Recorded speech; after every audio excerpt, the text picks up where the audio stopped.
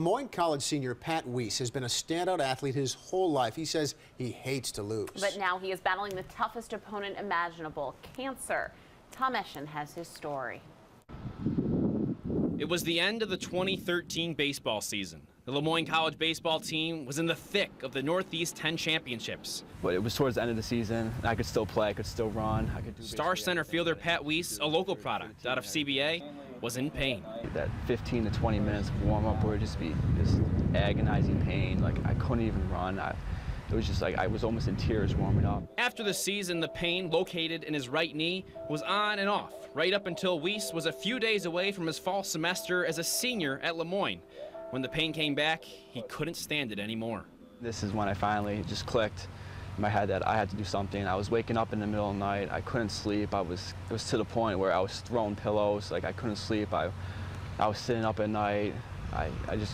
It was probably one of the most miserable experiences ever. So Wiese came here where his dad happens to be an orthopedic surgeon. And on the same day he got an MRI, he got a call from his father while in class. And immediately he came to this office, and this is where his father gave him the diagnosis. And so I go up there, and he's outside, and I see him tearing up a little bit. And right then and there, I knew something was wrong. And so he says, you have a tumor in your right knee. And right then and there, I really didn't know what to think. My first question was, am I going to be able to play baseball again? And he said he doesn't know. Diagnosed with osteosarcoma, Wiese had to get a total knee replacement and is now undergoing chemotherapy. At first, he admits he broke down in frustration, but late one night, dealing with another bout of pain, the same attitude that made him so good in the baseball field kicked in. And then it kind of hit me. I was like, you know what, I'm actually kind of happy it did happen to me than anyone else in my family or anyone else I knew. I want to go through this other than seeing someone else that I love close to my heart go through it. So that was kind of a turning point where I was like, you know what, it's time to attack it. Like, it's done, nothing's going to change. I have bone cancer, and I'm going to do my best to attack it with a positive attitude, and I'm going to beat this. And since that moment, he's remained positive. He's even tweeting about his chemotherapy, bringing it up on the iPad here. The very first day was October 28th.